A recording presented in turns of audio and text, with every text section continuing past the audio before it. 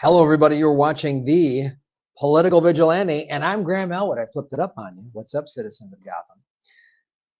One of the great ways to support the show, because we've been demonetized by YouTube for over 2 years, is to go to patreon.com/Graham Elwood. You can see the link below and submit articles. That's why I call this a people's channel, because you all very much help support this channel, not just financially, but you find me interesting articles and things to talk about. This was submitted by Tim Stack. Tim's been a longtime supporter of this show. We started doing this show in January of 2017. We have over 73,000 subscribers, and that's from being throttled, people unsubscribed. I mean, what do you talk about Epstein for 4 years straight? They kind of lose some, they kind of come after you. So this is a really cool, Tim has submitted some really interesting stuff to us. And what it's going to show is how all of these like super right-wing billionaires are like way into Lord of the Rings. And full disclosure, I've only watched a couple of those movies. I'm not a huge Lord of the Rings fan. Don't get mad at me. I know that we talked about it a lot on my old podcast, Comedy Film Nerds. Chris Mancini, my co-host, was a huge fan, so we talked a lot about the show. So I'm knowledgeable about what Lord of the Rings, the movies are, and the books and stuff. But it's kind of crazy. And it gets into the psyche of some of these billionaires of like, they want to be crazy leaders of Middle Earth. It's kind of nuts. So this is the article that Tim Stack submitted to us. Right-wing rings of power. So this is Capital in Maine, which is a really cool, interesting website. I would go to capitalinmaine.com. They have interesting articles. Lord of the Rings fans, from Trump-supporting libertarian billionaire Peter Thiel to Italian Prime Minister Giorgia Meloni, who's a very right-wing fascist, find arco-conservative lessons in Middle Earth. Why? Interesting. Some influential hard-right figures in our world see the lives of those endearing halflings free from government intervention and overreach as close to societal perfection. Well, there it is right there. No government overreach. I want to be able to be rich and plunder the earth of its resources to exploit people's labor and be rich and fly around in flying yachts and screw people over and never be held accountable. Billionaire tech mogul and Trump's early Silicon Valley ally, Peter Thiel, spent his teenage years reading and rereading The Lord of the Rings. The trilogy now lives on in his business empire decades later. Thiel was so shaped by the vision of Hobbit life that the Palo Alto offices in his multi-billion-dollar firm, Planter Technologies, are informally known as the Shire. This is what happens when you get too much money. You do crazy, weird stuff and nobody goes, hey, that's nuts. You know what I mean? If you're making 40 grand a year, if you're making 40, 50 grand a year and you go, I want to change the office and call it the Shire, people are going to go, sit down. If you're making billions of dollars and giving everyone a job, everyone's going to be like, this guy, I work for this billionaire who's out of his mind, but I don't want to tell him no. That's literally what it is. You make so much money that people are afraid to tell you no, and that's not a good thing. I've seen it in comedy. I've seen people become so rich and famous that their comedy goes down because no one is around them telling them no. And when people disagree with them, they fire them or scream at them and nobody wants to work with them anymore. And then they just end up, you know, yelling and screaming in the garage without any real friends anymore, just a bunch of sycophants. I'm not talking about anybody specifically. I'm just talking about in general. So let's go back into the article. In Tolkien's writings, the Shire is a countryside region inhabited by hobbits. Thiel's version, however, lacks the grassy hills and hobbit holes. Thiel's Shire was Planter's brick and glass headquarters, at least until pressure from local activists helped convince the company to move its base of operations to an industrial complex in Colorado. While some of his employees have referred to themselves as hobbits, their offices are actually populated by software engineers and research. Thiel, the co-founder of PayPal, is one of many prominent hard-right figures everywhere from Silicon Valley to the Italian political scene who have been profoundly affected by Tolkien's writings. It raises the question, What do their interpretations of Lord of the Rings and the rest of Tolkien's legend say about them? Planetary Technologies is named for Tolkien's Planetary or whatever, indestructible seeing stones used for fortune telling and observing events across great distances in Middle Earth.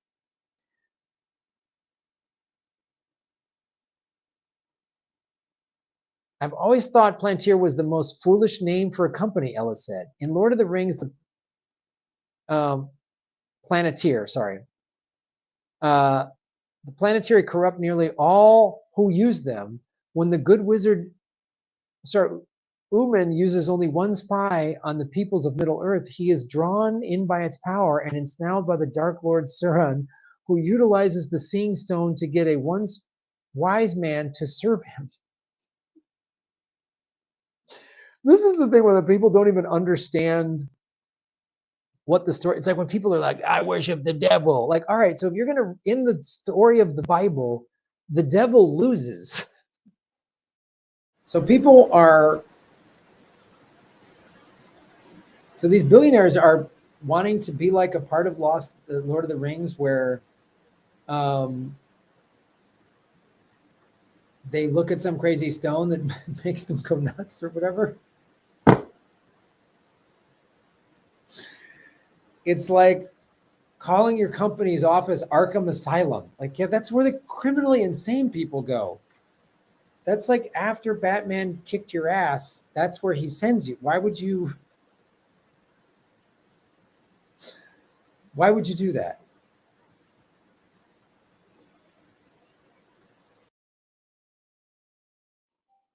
So let's read about more of these crazy billionaires.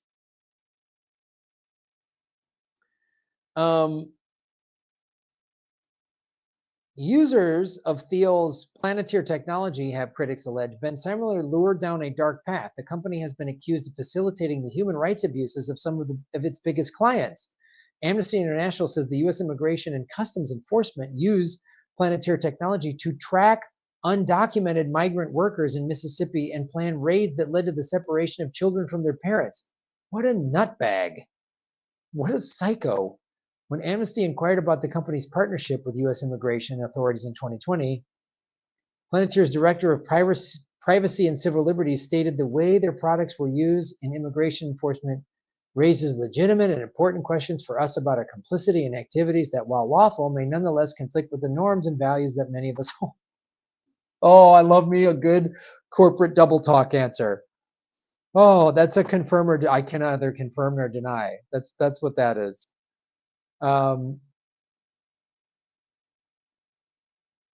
It says their artificial intelligence and human rights at Amnesty, they cross moral lines. According to Mahmoudi, the mass surveillance projects that Planeteer is involved in and the lack of transparency surrounding these projects represent a slippery slope toward the erosion of basic freedoms. They did not respond, of course.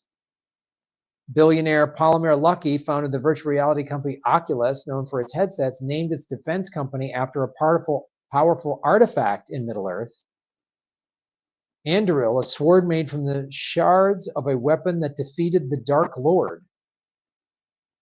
In our world, the defense contractor Anduril is a very different military tool. The company which Thiel's founders fund invested in early on builds artificial intelligence focused defense technology and sells its products to government agencies like the DoD and Homeland Security. Under the Trump administration, the company began building surveillance towers. God, these guys are nuts.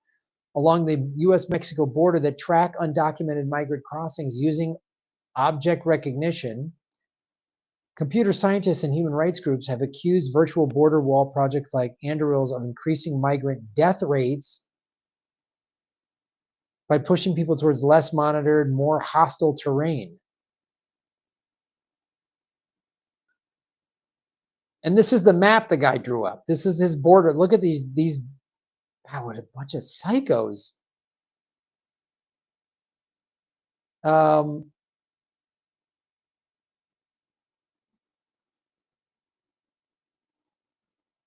Patrick James is the author of The International Relations of Middle Earth, an analyst and real-world geopolitical through the lens of Lord of the Rings.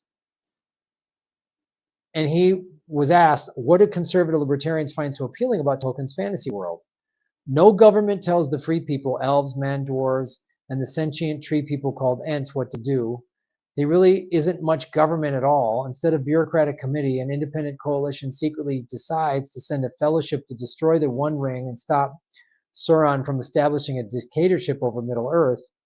Libertarians see that when crisis comes to Middle Earth, good people willingly share resources without explicit government mandates. Oh, right. That's what these billionaires are known for, sharing their resources when everybody needs it. That's what they do. Right. They don't lock up and get security and put walls around their homes when people are poor and hungry and there's a crisis. They always just give everything away, just like they did in Middle Earth. Oh boy. Yeah, that's why it's called science fiction and science fantasy. It's a fantasy. Um,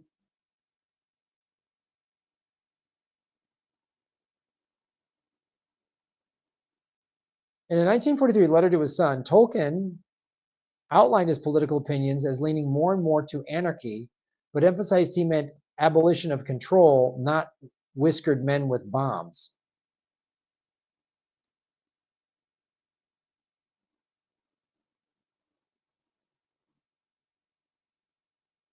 Tolkien's writings do not address those issues, nor do they explore the opposition to economic regulation backed by his conservative fans. Their political contributions and lobbying show they fund candidates for political office who increase government control over citizens' personal lives and bodies. Thiel and Lucky have donated political candidates who merge Christianity with nationalism and seek to ban abortion entirely, as well as undermining democracy by falsely claiming that the 2020 presidential election was stolen from Trump. Oh, Italy's hard-right Prime Minister Giorgia Meloni may be the most devout Tolkienite to ever hold elected office. As a teenager in '93, Meloni spent time at Camp Hobbit, an Italian political fantasy retreat for the country's far right. Jesus. Oh, she's named after some dragon. So what might a politician who has praised Italy's World War II era fascist leader and hero? Yeah, she's a big Mussolini supporter who was an ally of Hitler. In a conversation with the New York Times last year, Meloni outlined that she sees an anti-globalization message in Lord of the Rings. Meloni pointed to the fact that each of Tolkien's races benefit from the value of specificity, meaning they had particular cultures and identities that were worth preserving. Nationalism. See, that shows a psycho. You read, Lord of the Rings and think, yes, we need to protect our master race, just like the elves did or whatever. That's just, it's like you watch the Batman and go, we don't need cops anymore. Just let vigilantes go kick everyone's ass. No, the Batman is about a corrupt police force, needs to be uncorrupted.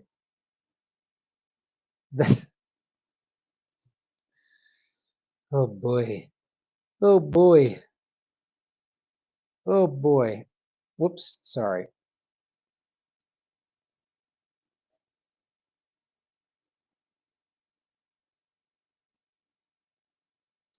Maloney is the most visible representative of a post-fascist culture whose unifying mythology draws on Tolkien.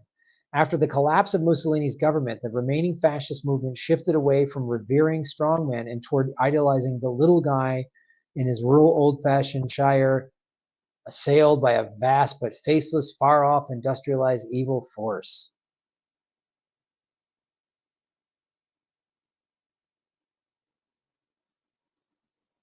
Tolkien's policies were at times aligned with those of today's right wing, but he was born in 1892, and the forces that forged his worldview were radically different from those that shaped the perspective of anyone alive today. 2 world wars and industrialization marked him. He lived in a pre-globalized and far less cosmopolitan era than our own. More than a decade before the U.S. Supreme Court enshrined the right to interracial marriage, Tolkien portrayed taboo-breaking relationships between different races in his books. A subversion of gender roles and even cross-dressing made the tide-turning heroism of one woman possible. Yeah, that's something that conservatives just pick and choose that.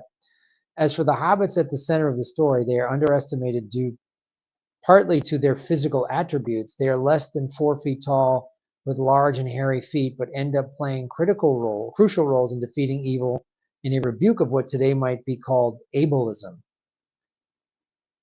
There are also plenty of messages about destroying nature at one's peril in Tolkien's works, such as the deforestation of important woodland. Still, Tolkien didn't intend to explicitly inject his politics into Middle-earth. In a foreword written in the 1965 republication of Lord of the Rings, Tolkien wrote, "As for any inner meaning or message, it has the intention of the author, none." He continued, "The prime motive was the desire of a tale-teller to try his hand at really long story that would hold the attention of readers, amuse them, delight them, and at times maybe excite them or deeply move them."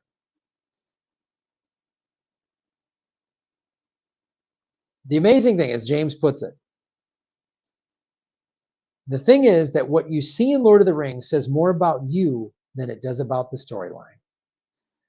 That is the truth. If you watch Lord of the Rings and think, yes, I need to be a far-right fascist and build towers to crush disenfranchised people who are leaving their Central American and Latin American countries because of American sanctions and the war machine and corporate interests, you're kind of missing the point. You're kind of missing the point. So it's such a great point, that last line. What if that's what you take away from this? That says who you are.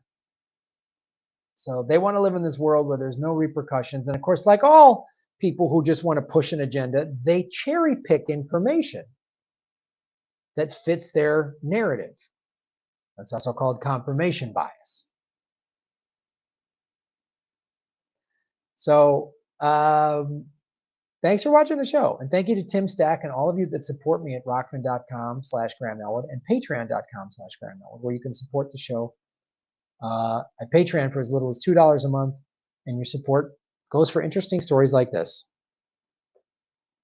That's why this is the People's Channel. Nobody's talking about Lord of the Rings and fascism. Hey, everybody. Thanks for watching. We are still in our 9th month of demonetization from YouTube. So support what we're doing at patreon.com/Graham-Elwood or rockfin.com/Graham-Elwood, which is a blockchain cryptocurrency platform. It's free to sign up, and there's a premium level at $10 a month. And for that, you get everybody on the platform's premium content. Myself, Lee Camp, Ron Placone, Jimmy Dore, Whitney Webb, Kim Iverson, Abby Martin, and many, many others. You can also support what we're doing at Venmo at Graham-Elwood and go to GrahamElwood.com. We have a PayPal button and a P.O. box. I also have crypto wallets, which are all in the show notes. Thanks for supporting what we do.